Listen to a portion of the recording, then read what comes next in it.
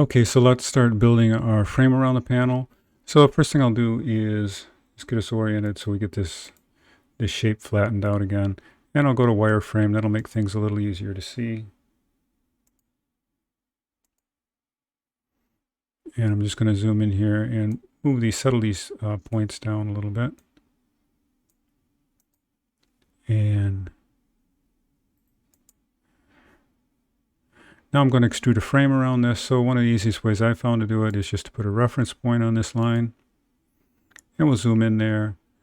And we'll set the plane that we want to construct on. And it happens to be the one that first pops up. Otherwise, you'd have to hit Tab. So I'll click that. And the easiest method I've found is to grab the octagon or polygon, what it would be, whatever it happens to be, number of sides.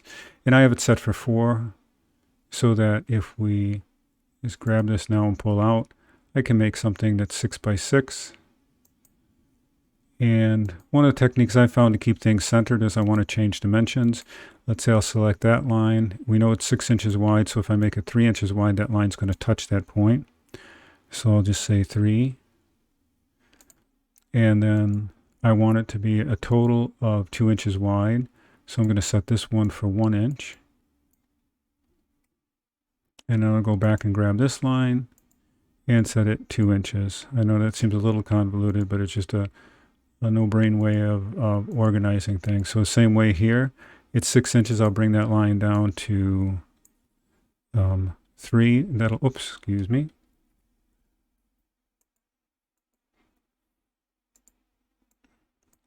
I'll bring that line down to 3, but I really want it to be up 2 inches.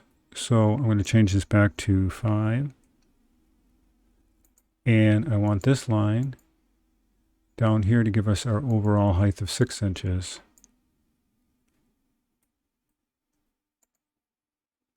Okay, so it can be any kind of a variation on that. But the basic idea then is to take that frame and carry it out over the reference grid.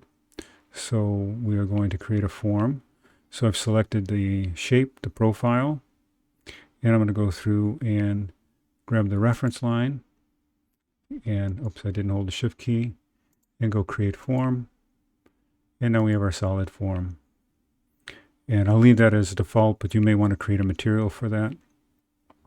And in the next clip, we'll go ahead then and develop the, as I said, the standoffs for our frame.